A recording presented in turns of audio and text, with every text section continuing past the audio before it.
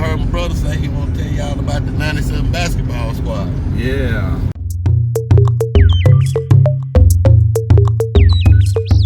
It's funny he even mentioned that, because just a few days ago, I was up there and I was talking to some people who was at the basketball court kind of passing by.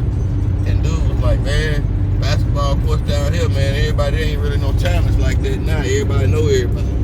He said back in the day, that's when the ballers came out, the people who was good in high school, played Tupelo, Shannon, and all that. He said, yeah. He said, but man, one year there was some people came up here, man, they had a squad. They macked everybody all summer long. I said, man, stop that. Dude said, nah, for real, school. He said, they used to be rough up here, man. He said, and the funny part was, the dudes who had a good team, didn't nobody know none of them dudes, man. They were from Shannon, but how come Shannon basketball team was garbage if you got talent like that down there? For real, for real. He said, I ain't understand it. I said, oh, man, come on. So the dude was like, well, I said, you talking like they were just unstoppable. That's what I said to the dude. He was like, man, he said, what are you talking about, old? He said, what you talking about, old school? He said, man, have you ever seen somebody come to a basketball court, come out, everybody shoot their shot at the very beginning, hit all their shots, and it's next team time? He said they literally would come on the court and everybody rain threes, next team. They come out there and have people blew all the way out. He said, I think it was a powerful moment for the other team to get 1 or 2 points. I said, man, stop that, man. Ain't nobody dominated like that. He said, you must not have been around here. I said, you know what? Actually, I'm just playing, man. I know them dudes. He's like, oh, here we go. How you know? I said, man, that's actually my family. Your family? I said, yup. Oh, we got a bandwagon right. I said, I ain't got to tell you no lie. I said, that's here's fact, the situation. Man. I said, Bryce getting the dude that was dunking on people and going on, throwing your stuff, hand handles. That's my cousin Marlon. My cousin Marlon. Marlon came from Illinois.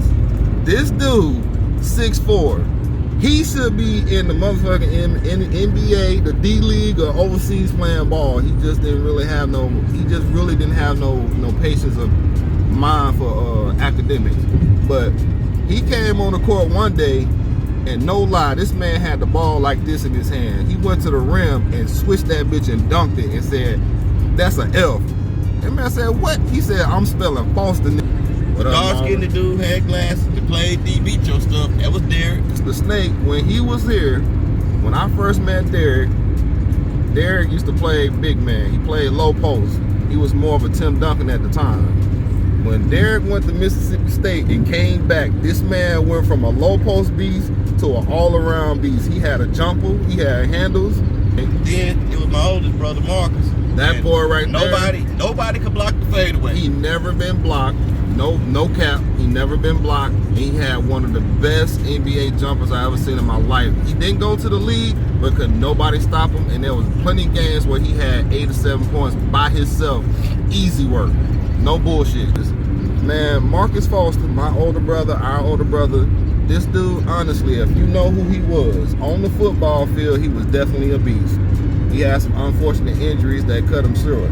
But on the basketball court, I'm gonna tell you right now, he might have had a 2-inch dribble, and if he see this, he gonna die laughing what I'm saying. And Derek know what I'm talking about. Marcus is the first person we said his X button is broke. 2 dribbles, and no matter where he was from, he was shooting that bitch at my line, bro. Nah, he was busting it. But if he shot it though, it was much. We had LJ here, Ron and Mike. He had the handles, put the wiggle on people. For y'all who don't know nothing about that, you better be glad you wasn't a victim. That's what you better be glad of, you wasn't a victim. I dusted that move off about 2 years ago, and it still worked. I wish I knew how to explain that move. You had to see it in person to understand that move. I never even, and the bad part about it was the last person on the team was me. Mr. Wide Open, 100, that's what we called him back in the day. Because, man, look at here. You don't want to hold me out. Everybody used to say the same thing. They can't shoot no ball until they got ring-mastered out there. I'm talking about catch and shoot at the prime of the suspect. I had suspects out there. Yep. My brother David, when he came, honestly, my brother is a baseball player. That's his field. That's his field of choice. That man is a monster. He should have been in MLB. We played a bunch of games, that summer. And the thing about it was, it was never one person pulling the load. It was always everybody had good games. Hell, I remember I had a game. Every time I touched the ball and fired it, wasn't nothing but money. Yeah, I'm gonna pass and get somebody else some cheese, and I got cussed out by everybody. Damn hey, man, right. When you hot, you shoot that. Don't you do that no more. I was all scared. I was like, damn, they finna give it. Listen. Old school rules and new school rules should be: if the man is hot, you feed the hot hand until it go cold. Listen to me, young people. If the man on your team is hot, no matter if you like him or not, if he hot, you feed the hot hand until it go cold. Once it go cold, you find another option. But until then, you give him the ball until he go hot, until he go cold. That's what happens. So we actually played a whole summer, and we didn't get beat by anybody. Now the situation was this: it wasn't that everybody out there was bad. It was the principle. What made that summer good was it wasn't everybody that come up there normally on Sunday and play. People started building teams from their town and coming to challenge us is what nobody was paying attention to. Because we started out, we played all the different groups of people that was in Tupelo. All of a sudden, here come Verona. All of a sudden, here come Oklahoma. All of a sudden, here come Gamble. Yep. All of a sudden, here come people from Aberdeen. Yep. Everybody put together their best squad to come see us, and they went home with the L. Every You see time. that? Went home with the L. They went home with the dang L. And look, this is no beginning of the summer was the best time to beat us because I came from Florida, he came from somewhere else, and my other brother, he was already here, but we had never played together. That team that y'all seen in that summer, we hadn't played together until that summer. Until the end of that summer. At the end of that summer, we wasn't beatable. But at the beginning of that summer, we was beatable because we didn't have chemistry. Once we got our chemistry right, it was off to the races every time. Every time. And if you heard the words, they ain't scoring no more points, lockdown D. Believe me, they left with 1 point. The point that they scored, that was the point that they had. It was one of the most unselfish teams I ever played for too, man. Like everybody did their job. The big man knew they had to play lockdown D and get the boards.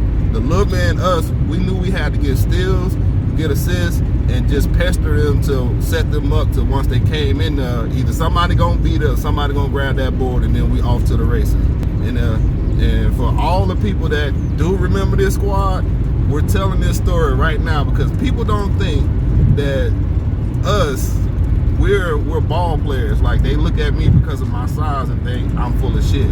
I got a training video that I'm gonna drop sooner or later of my homeboy, Mr. Desmond. I trained him. When you see the video, you will see what I'm talking about. I ain't gotta lie about it, but at the same time, for real, 1997 was one of the best basketball summers for me personally.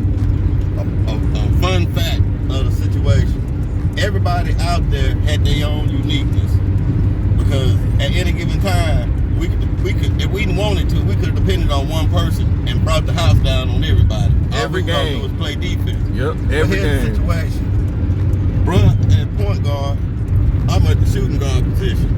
Funny part about all that was, you ain't never seen no stuff like the stunts we pulled. This dude here had a move. We call it the whip. Once it went down, hey, you was done. But then this the funny part. Everybody used to tell me I didn't have no handle.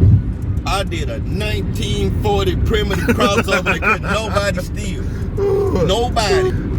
But the passing game with us was ridiculous. We knew how to throw alleys. We were throwing in the crowd. The pick and roll was so monstrous. For all you youngsters who might not halfway understand what we talking about right now, a high pick and a low pick is two whole different situations. If you learn them two situations, nobody can stop you going to the goal. Very true. Ever. Very because true. you always got an option. Yep. Once you go, if you get the ball, you can kick it back or kick it forward. Yep. But you've always got an option of where you want to go. The youngsters today do not learn the fundamentals. They want to be flashy. We won games not being flashy, being fundamental like the white boys, they say. They weren't the only ones that learned textbook basketball. And Sure if you wasn't. actually applied it and then put a little twist to it, you'll come up one of them squads like we had. Seen everything I think you can see on a basketball court when it comes to blacktop. But at the end of the day, I don't care if nobody believes us or not. History shows and reflects that we did what we said. Yep. Because the problem is now people tell stories and everybody think it's something different. Well, I got news for everybody who do that. Just know this: like you said last week, you seen somebody steal a candy bar from the store and get slapped. We wasn't there, we ain't seen it, I ain't gonna believe you neither. Exactly. I ain't gonna believe you Exactly. neither. If you don't believe us, we don't believe you. You had to be there. It's that type of situation. So I don't really care if people believe this story or not. If you ever meet anybody who was associated with that, or you get a chance to talk to them or anything of that matter, just know this. For all those who were supposed to be Tupelo legends, for all those who were supposed to be in Saltillo legends, Fulton legends, all them people supposed to be legends, just know this. The Fosters came and stepped on y'all and kept it pushing. Yep. And didn't nobody like us, the coaches didn't like us, they never want us to play sports for the high school teams or nothing. Yep. So what I'm telling you is, y'all missed out. We destroyed everything we came across that year, for sure. So, thank you for watching the video. That's another story time, me and my brother. This is L.